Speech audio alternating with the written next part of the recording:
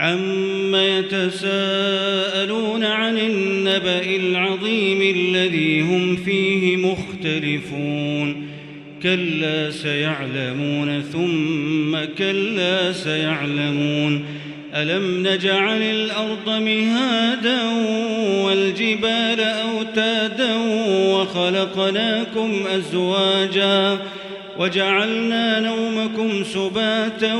وجعلنا الليل لباسا وجعلنا النهار معاشا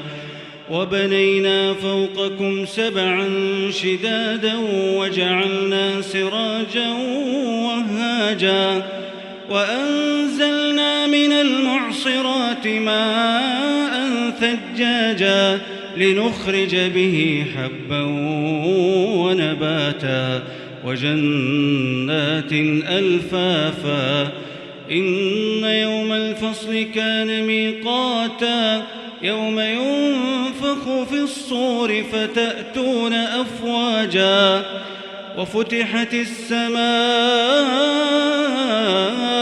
فكانت أبوابا وسيرت الجبال فكانت سرابا إن جهنم كانت مرصادا للطاغين مآبا لابثين فيها أحقابا لا يذوقون فيها بردا ولا شرابا إلا حميما وغساقا جزاء وفاقا إنهم كانوا لا يرجون حسابا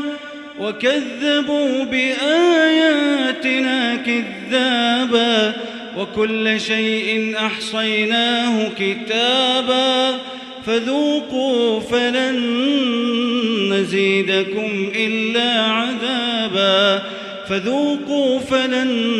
نزيدكم إلا عذابا إن للمتقين مفازا حدائق وأعنابا وكواعب أترابا وكأسا دهاقا لا يسمعون فيها لغوا ولا كذابا جزاء من ربك عطاء حسابا رب السماوات والأرض وما بينهما الرحمن لا يملكون منه خطابا يوم يقوم الروح والملائكة صفا لا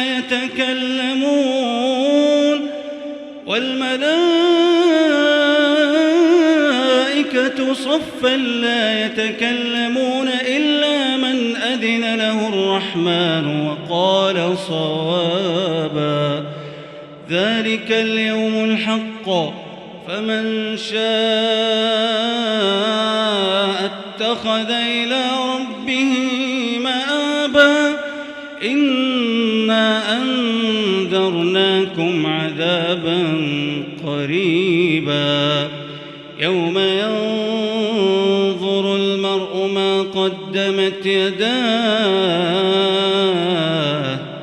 ويقول الكافر يا ليتني كنت ترابا والنازعات غرقا والناشطات نشطا والسابحات سبحا فالسابقات سبقا فالمدبرات أمرا يوم ترجف الراجفة تتبعها الرادفة قلوب يومئذ واجفة أبصارها خاشعة يقولون أئنا لمردودون في الحافرة أئذا كنا عظاما نخرة قالوا تلك إذا كرة خاسرة فإنما هي زجرة واحدة فإذا هم بالساهرة هل أتاك حديث موسى إذ ناداه ربه بالوادي المقدس طوى اذهب إلى فرعون إنه طغى فقل هل لك إلى أن تزكى فتزكى وأهديك إلى ربك فتخشى فأراه الآية الكبرى فكذب وعصى ثم أدبر يسعى فحشر فنادى فقال أنا ربكم الأعلى فأخذه الله نكال الآخرة والأولى إن في ذلك لعبرة لمن يخشى أأنتم أشد خلقا أم السماء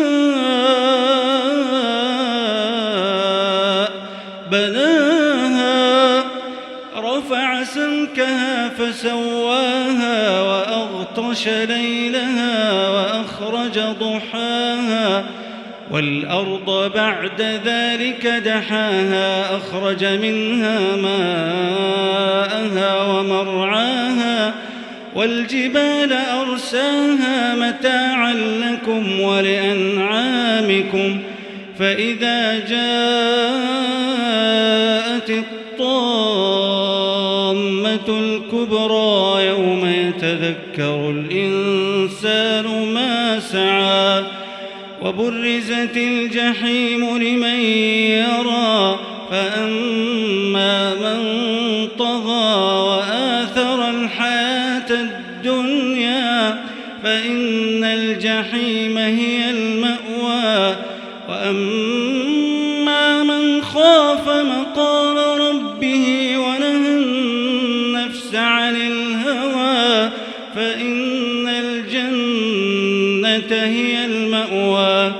يسألونك عن الساعة أيان مرساها فيما أنت من ذكراها